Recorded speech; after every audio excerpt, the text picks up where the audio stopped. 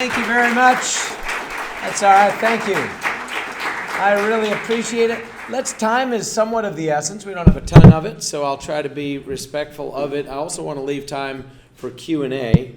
And incidentally, sir, well done. Robert's Rules of Orders has nothing on you. That was impressive. It really was. Thank you.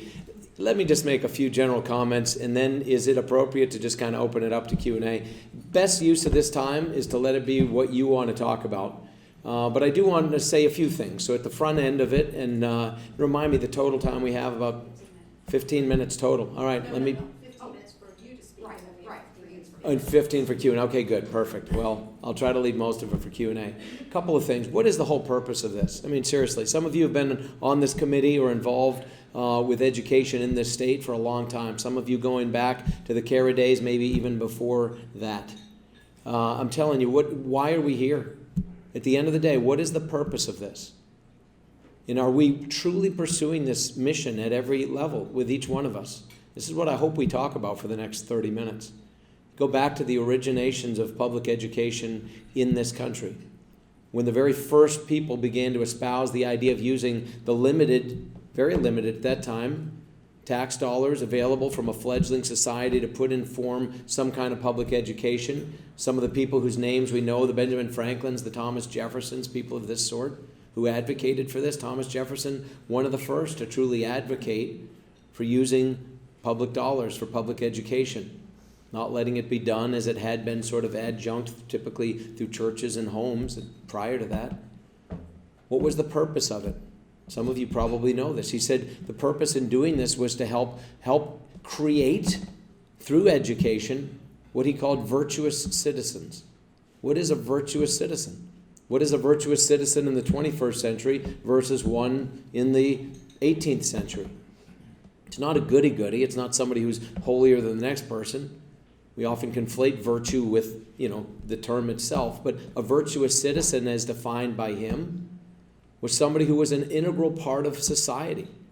It really was a strong thread in the fabric of what was then being woven as this noble experiment, this new nation.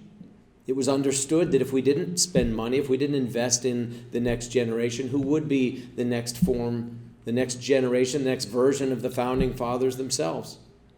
The men and women who carved this nation out in its infancy knew full well that the way in which so many of them had been educated or not wasn't going to cut it. It was of necessity a reinvention of everything they themselves had had. This is in large measure what the Prichard Committee is about. This is the whole purpose. If we're not reinventing ourselves, if we're not challenging ourselves, if we're not asking ourselves tough questions and not holding ourselves to high standards, then what are we doing? And are we the right people? I'll just say a couple of things, then I'll open it up.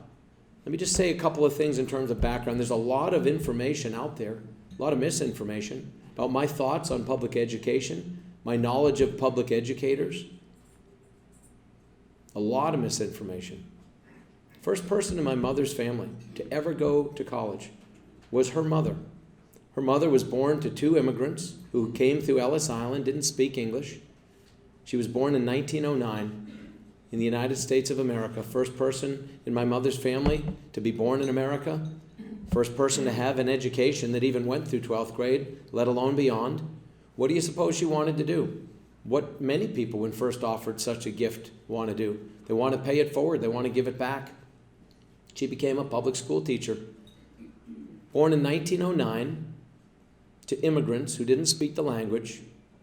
Not many women born into that situation ended up getting undergraduate and graduate level degrees in anything, let alone public education, but she did. Spent her entire life in public education, retired as a school teacher, was widowed when my mother was a kid. She was widowed in the 50s. My mother and her sister were raised by a single teacher mom. The only thing she had was a pension system. Part of why I fight like I do for this, and this isn't the purpose of why we're here, because of my appreciation for what it means for people who have nothing else, who pour themselves into that next generation. That was her passion. She taught high school math for decades. She lived to be 94 years old. We have an obligation and gratitude for myself personally, but all of us in society for people like that. My father, the first people in my father's family came here in 1644. First Bevin landed in the United States of America, which wasn't then that.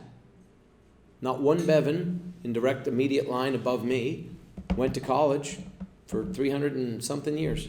First person who ever did in my father's side of the family was my father. First person to get any kind of post-secondary education. What do you suppose he wanted to be? Public school teacher. What do you suppose he got his undergraduate and graduate degrees in? Public education. I have 5 brothers and sisters. What do you suppose 40% of them, 2 of the 5 of my brothers and sisters got their degrees in? Public education. My sister's still a 4th grade school teacher here in Kentucky. The reality is this, there's a lot of misinformation and itching ears hear what they want to hear. But if we're not challenging ourselves, if we're not fighting, as my family and members of it, many members of your families, I'm sure, have fought to make sure that the next generations are educated and educated well, then we're wasting our time. And it's awesome to have good food and nice cheesecake and all and good camaraderie. But I'll tell you what, I'm going to say a few things and then I want your questions of me. But I'm going to challenge us. Are we doing enough? Have we made great strides since Kara? Of course we have. But you know what? We've been stuck for quite a while, and we've not made any progress of any significance, the likes of which we need to, for some time now. We haven't. And we're starting to see a real bifurcation. While the averages have arguably kept pace and maybe even ticked up a little bit relative to ourselves, maybe even relative to some around us, we're seeing, and you know it if we peel back this onion, you look underneath the haves and the have-nots, the kids that are excelling and the kids that are falling behind, the delta is growing. And it's not good. It's not good.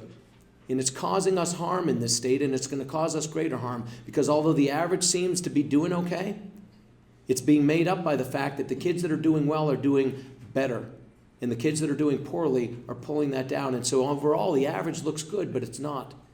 And our disadvantaged kids, our urban kids, inner city kids, kids who come from a lot of tough backgrounds, urban and rural, frankly, but especially our urban kids, are being left behind. Is it acceptable to anyone in this room that 70% of the kids, the black kids in the largest city in this state, 70% of all the black boys and girls that are in Jefferson County public school system cannot read at grade level? Is that acceptable to anybody in this room? It should be outrageous. We should be outraged. We should be offended by this. Really and truly, is it acceptable to anybody in this room that in a state where we are not exactly at the top of the food chain in this area? And again, this isn't meant to be pejorative or to put us down. I'm part of this. We're all part of this. But it's our job, if not us, who's gonna step up and ask these hard questions? Is it acceptable to anyone in this room that we have the remarkable low degree of attainment for reading proficiency at the 3rd grade level, which we know every study has shown time and again, not just at that, you could do it at any level, but that is the tipping point in some measure. Is it acceptable to any of us that the attainment is so low at that point that we know for a fact we're sending our kids down a trajectory from which many of them will not be able to recover? Is that acceptable to us? Is it acceptable to us, to anyone in this room, that same standard, while we don't meet it at the 3rd grade level, do you realize that the ACT, and you probably do know this, has what they consider to be bare minimum levels of what they would consider to be proficiency for the pursuit of post-secondary life, academically or otherwise? They're not high standards, but they're, modest. There's one state in the United States of America that says, you know what, we don't expect our kids to read as well as everyone else in America. That's us. We should be embarrassed. Shame on us, every one of us. Why is it that we think that a kid born in Kentucky doesn't have the ability to read as well as a kid born in every other state? Seriously, why? Who are we to say that a kid isn't having the same opportunity? We deserve better than this. Only recently, very recently, did we even begin to expect that our kids could have the same average base level of attainment in reading and in math as every other state. We used to demand less on those 2 fronts as well until just recently, since I've been elected. This to me is not acceptable. I was born into financial poverty as we would define it in America. I grew up well below the poverty level, numerically. I was the kind of kid that in a statistical, demographic would look like a kid that shouldn't have opportunity, should be treated separately, that somehow might be unable to attain. I was blessed to be in a home where education mattered. Big difference, I understand, between myself and others in a similar numerical end of the socioeconomic spectrum. But here's the reality. If a kid like me could come from a little town of 250 people in the woods, living in this way, no central heat, no shower, very simple, modest life. If a kid like me could do that, why couldn't any other kid? We're all different. We know that. Those of you that have been in the classroom know it. I know it as father of 9. I have children who've gotten a 36 on an ACT. I have children that are on an IEP. I have 9 kids. I run the full spectrum in my home. Not every kid is the same. But for us to assume that on average our kids aren't as good as the kids in America is not acceptable. And I will simply say this. As the governor of this state, I want to work with any of you that want to help me to change that. I'll stop there and take any questions you have. The answer to that question is the same answer to every other question that costs money. It's we need to create more jobs, more tax base, more people living here, more people paying taxes, more revenue. Because truth be told, whether it's that, whether it's pre-K education, whether it's newer and modern textbooks, whether it's supplies that are bought by the schools rather than the teachers, each and every single thing that we would want that we don't have, that we know we need, costs money. The reason we don't have them is we don't have the money. It's as simple as that. I could sit here and blow smoke at you and I could tell you, if you elect me, I'm going to give you, but where's it going to come from? It's a zero-sum game when it comes to tax dollars. Not everything is, but tax dollars are. Every dollar that would go into providing that is a dollar that comes from somewhere else.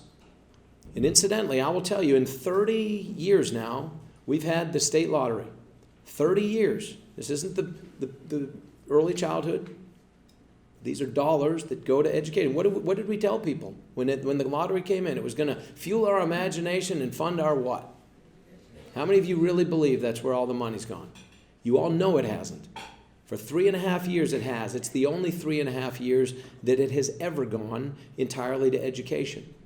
But here's what. I mention this to come back to your question. In my funding fully education with the lottery monies, I did not then have those monies to take and do other things with it. Something got robbed. Might have been a pet project, might have been something to make somebody get some votes somewhere or curry some favor or whatever other things people that preceded me did with those monies, balance a budget so I didn't have to make other hard decisions. But it is a pure zero-sum game. We have X amount of dollars that come in revenue, and that's it. That's literally it. And so every dollar that I would spend toward this $6,000 cost to help alleviate the need for someone who truly does have that need, nobody questions that, is a dollar that I take from them somewhere else or from somebody else somewhere else. It's not there. The end of World War II, Indiana, Tennessee, and Kentucky, we had the same population, plus or minus a little bit. We were slightly bigger than one, slightly smaller than the other. There's people in this room that were born at that time when we were all the same population. We're all 40,000 square miles. We're all contiguous with one another. We have amazing amount of similarities, and yet now we're 4.5 million people. They're 6.5 to 7 million each. We have more arable land, better seasons, better geography, everything. And yet we're 4.5, they're 6.5 plus. What if we had 2 million more people? Everything that you mentioned, everything that anyone else might want, would easily be paid if we had just 30 to 40% of those people paying taxes. 600, 700, 800,000 more taxpayers. You imagine what a difference that would make. That is the answer. Nothing else. Smoking pot, we can smoke all the pot you want. That's not going to fix it. You can gamble all you want. That's not going to fix it. Those are drops in the bucket. The only way that it's going to be fixed is by steady, simple discipline, seeds in the ground, nurturing, watering, fertilizing, cultivating, waiting. It's going to take a generation. That's how we're going to do it in this state. So again, I'd love to tell you, oh, hey, I'm all for that, but who am I going to take the money from? It has to be addressed. It does have to be addressed. But the state doesn't have the money to be able to do it unless we take it from something else that's also near and dear to people. That's why I'm as passionate as I am as in making sure that while we have those kids, when they are in our responsible care, to create modern-day virtuous citizens of them, that we're doing everything in our power, and that we don't pat ourselves on the back for having a 92% graduation rate when that doesn't mean anything other than a piece of paper for fully a third of those kids. And we know that's what we're doing. And we can't keep doing this. Yes, sir. Yeah, it's a great question, and boy, I could go in several different directions, and the timer here is going to be flashing things at me. Let me say this, a couple things there. Number one, the first thing you said is true. You look at the millions of jobs that have been created in the last 10 years since the recession we came out of. 95% plus of them, probably 98% plus require some form of post-secondary education or training or certification. There are almost no jobs left in America and very little projected into the future that will require no skills or training at all. So therefore, you are correct. It is critical that we make whatever that training, certification, or education attainment available to people from a cost-effective standpoint. How do we do it?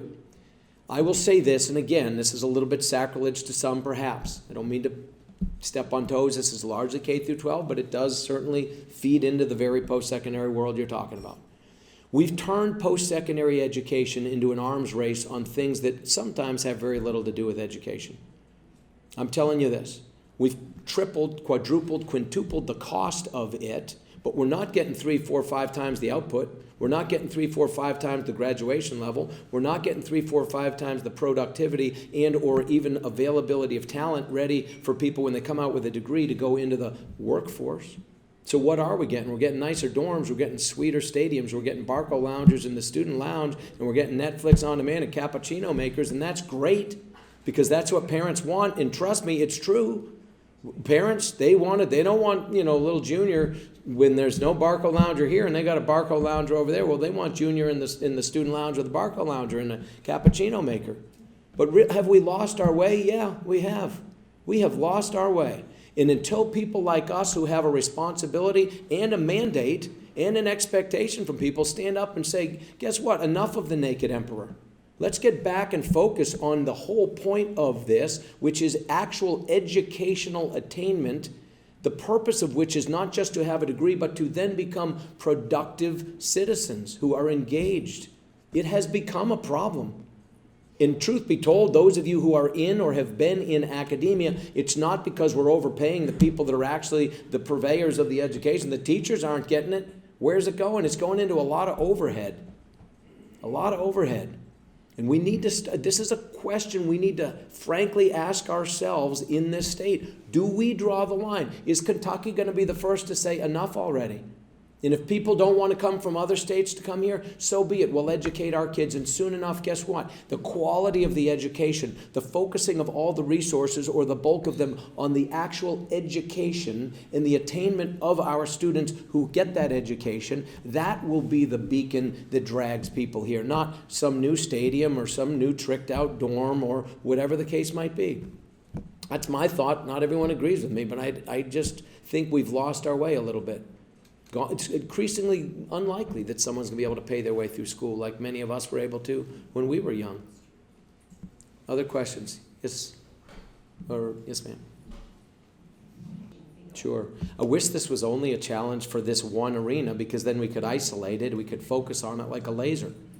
But ask anybody who's tried to hire a plumber, an HVAC technician. Ask anybody who's tried to hire an electrician where the average age in Kentucky of the master electricians is now approaching 60. Sadly, this same issue is affecting us on many fronts. Demographically, we're aging. People with skilled and trades, because we haven't focused on them as much, including educational skills, are fading. There's just not as many of them. So your question is, what can we do to help with this? Let's start by being very frank with ourselves about where we currently are. We're 25th, 26th, somewhere in there, literally smack dab median in terms of absolute compensation among states. Absolute dollar to dollar, we're right there in the middle among all states in the country. When you factor in cost of living, and we're blessed in this state with a cost of living on every measurable front that affects someone who's a teacher or anyone else living here, we are at an advantage from that standpoint, which makes the dollar here spend a whole lot better than it might in a New York or a California. If you look at it on that front, our teachers currently are the 7th best paid in the country. So it is not that we're overpaying them, clearly. We need to be able to pay people as much as we need to be competitive in a demanding marketplace where there are other alternatives for people.